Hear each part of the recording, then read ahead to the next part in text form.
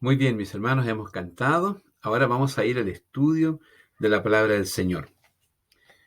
El texto ya lo leímos recién, está en el libro de Efesios, en el capítulo número 1, y hoy día avanzaremos del verso 12 al verso 14, en tres temáticas muy importantes.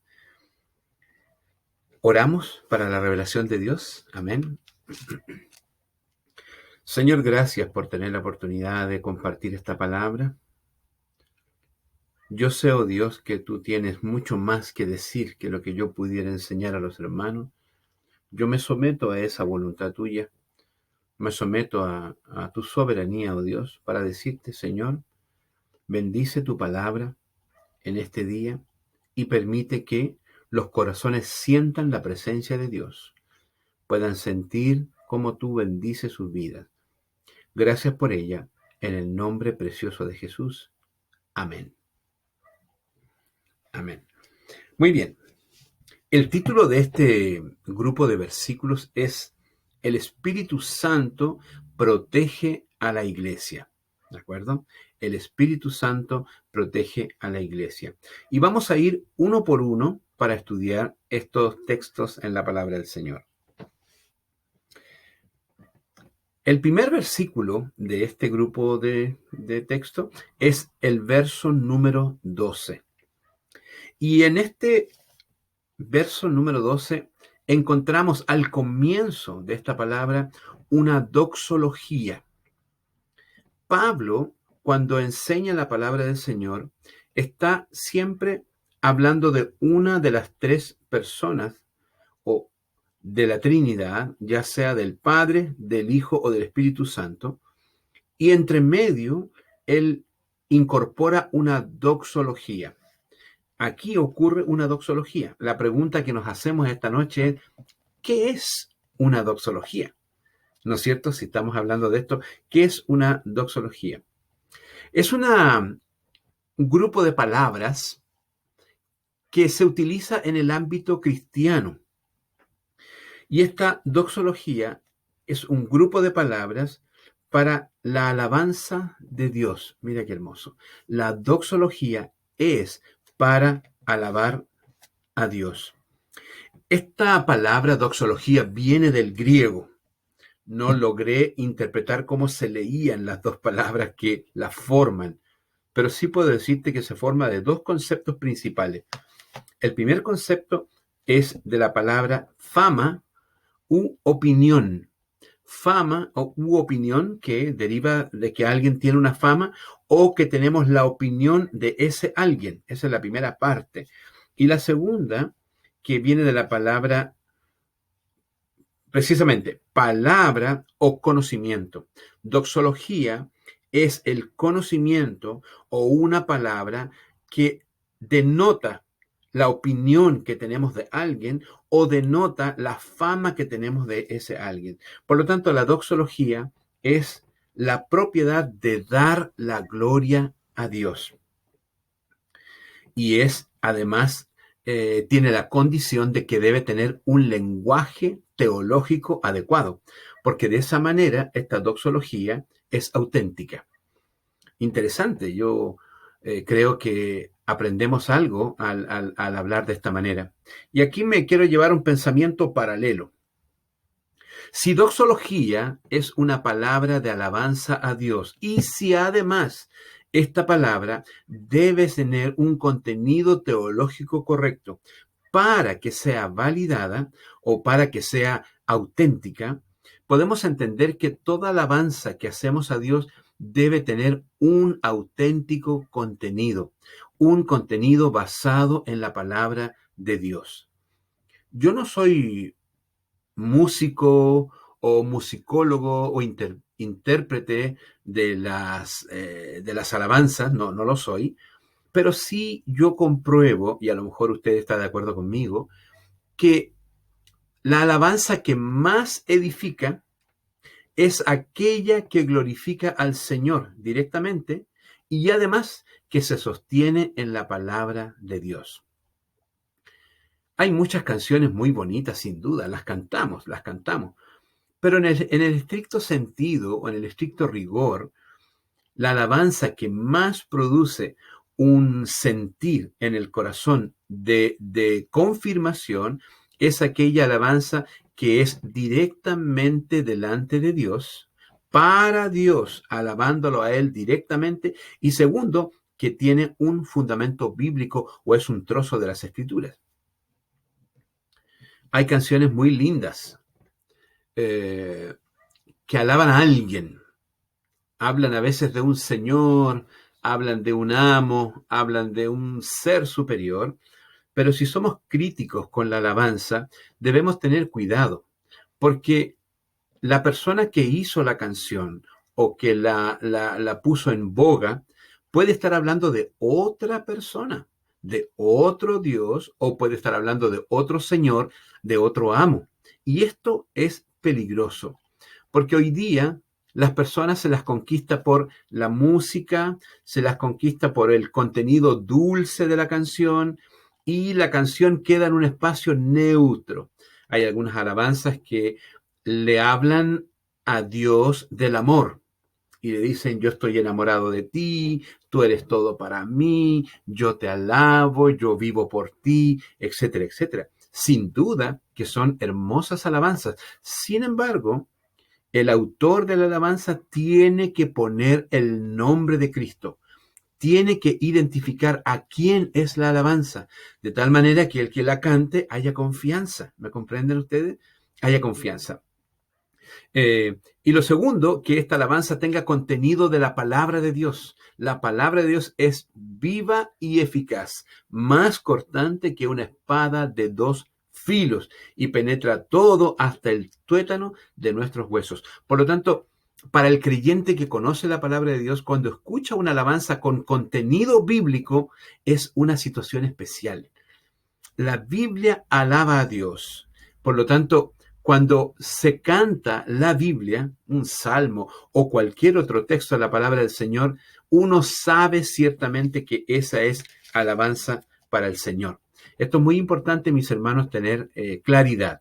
Por lo tanto, aquí Pablo comienza en el verso número 12, a fin de que seamos para alabanza de su gloria.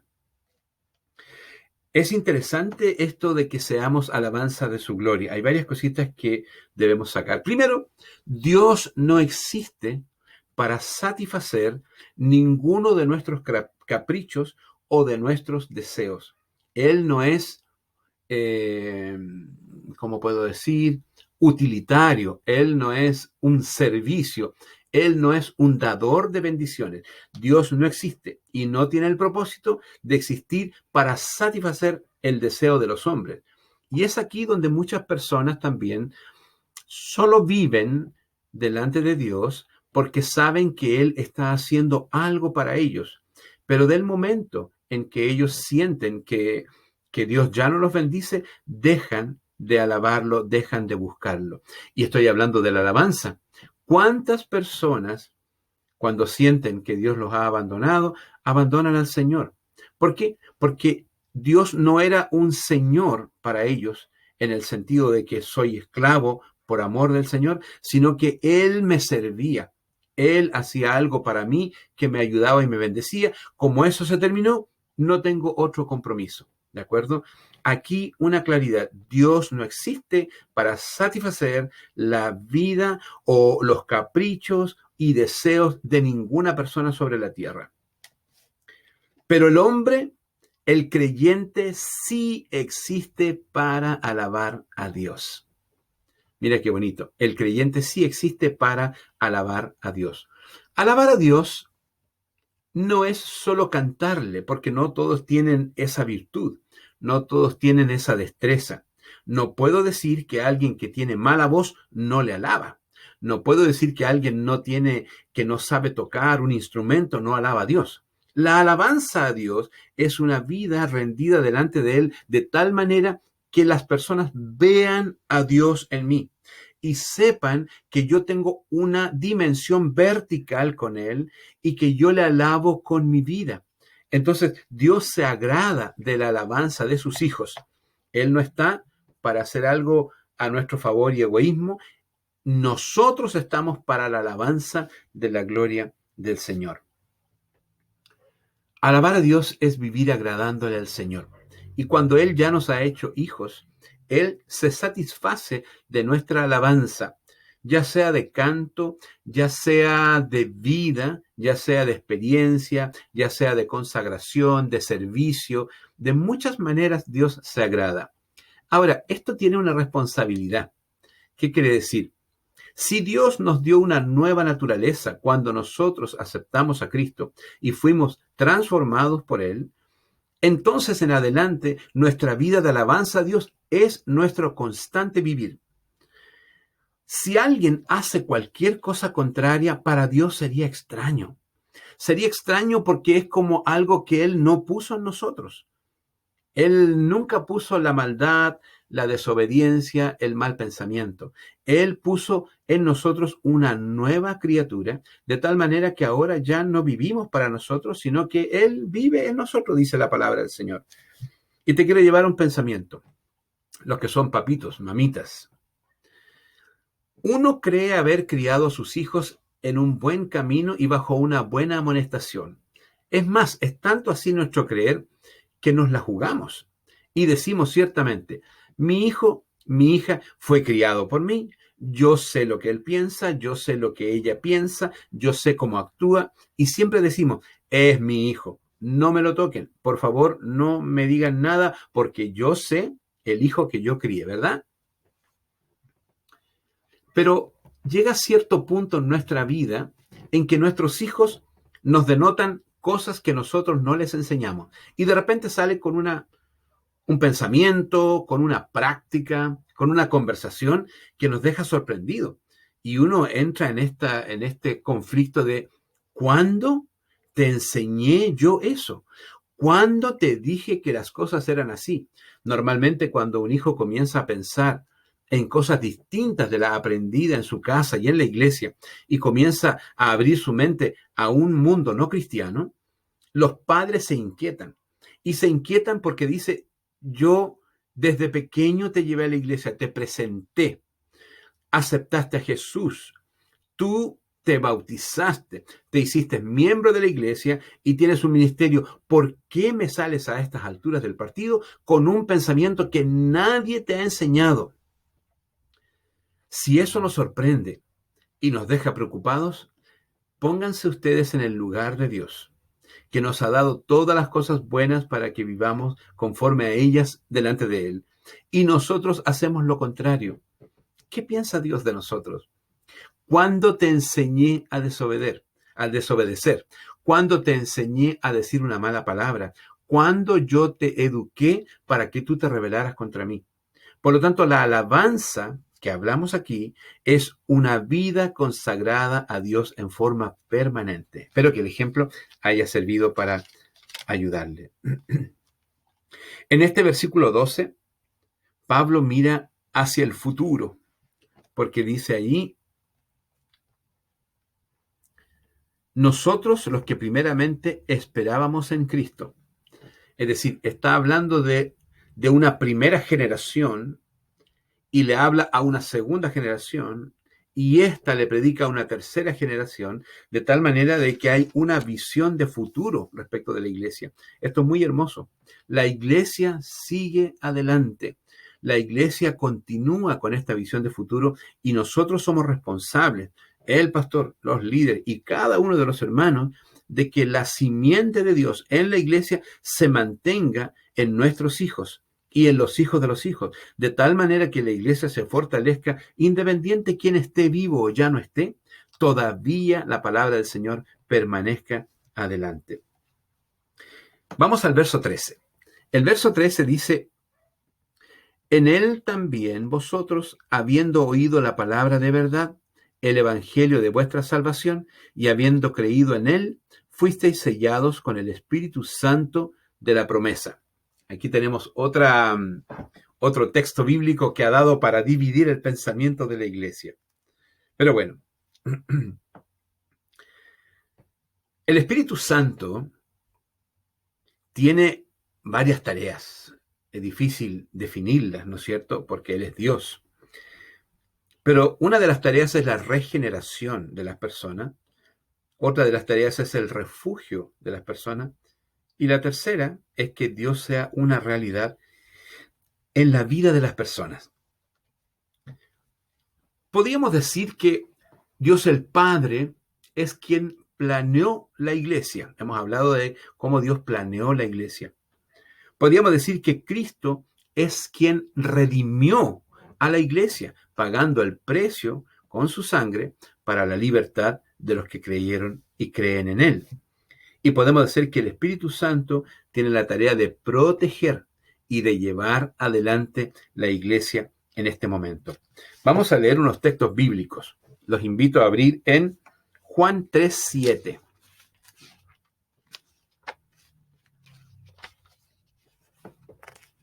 Búscalo también, por favor. Juan 3:7 y el 1:12. Dice la palabra del Señor en Juan 3:7. Dice, no te maravilles de que te dije, os es necesario nacer de nuevo. Esta obra de nacer de nuevo es una obra del Espíritu Santo. Es decir, Cristo es invitado al corazón y nos da vida nueva. Pero todas las obras espirituales que ocurren en nuestra vida son obra del Espíritu Santo. Y Juan 1:12, un poquito más atrás, en la parte B, dice, bueno, leyendo todo el texto, más a todos los que le recibieron, a los que creen en su nombre, les dio potestad de ser hechos hijos de Dios. Potestad de ser hechos hijos de Dios. Esta es una obra del Espíritu Santo. Es decir, decimos esto, mis hermanos, porque el Espíritu Santo hoy día está con nosotros, es nuestro ayudador, es nuestro consolador y es quien hoy día mueve a la iglesia. Es quien hoy día permite que la gracia preveniente de Dios sea la gracia que alcance a las personas. Es quien permite que hoy sintamos la presencia de Dios. Debemos dar gloria a Dios porque el Espíritu Santo está en la iglesia para proteger, para ayudar y para hacer que la iglesia camine. Es muy importante entender esto. La gloria se le da a Cristo Jesús, pero es el Espíritu Santo el que hoy día mantiene el andar de la congregación. En el verso número 13 de Efesios, volviendo atrás, en el verso número 13 de Efesios, dice así la palabra.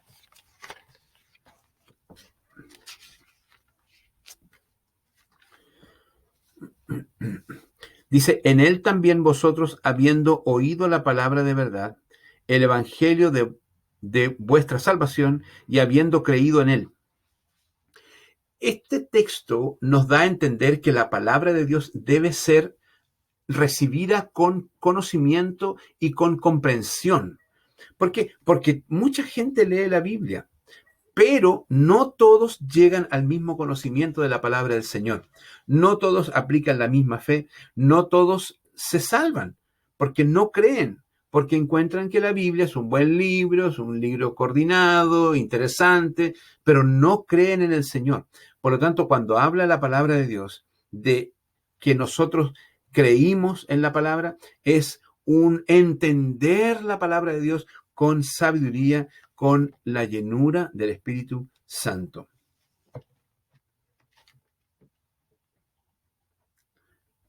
La palabra debe ser revelada. Leerla es una cosa. Comprenderla, recibirla y atesorarla es otra distinta. La palabra de Dios debe ser revelada por el Espíritu Santo. Y es muy importante, mis hermanos, que siempre leamos la palabra con oración para decirle a Dios, aunque yo lea un texto que yo me sabía, hay otra verdad en ese texto que yo no conozco y que al leerlo me será revelada. No puedo actuar diciendo, ya la conozco, sé lo que dice, sé lo que quiere decir. No.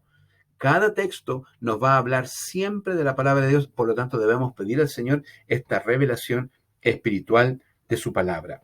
Vamos a 1 Corintios.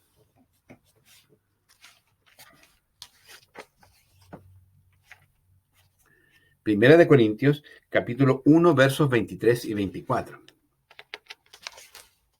Hay mucho, mucho para estudiar, de verdad, más que el tiempo que nos permite. Primera de Corintios, capítulo 1, versos 23 y 24, dice la palabra del Señor.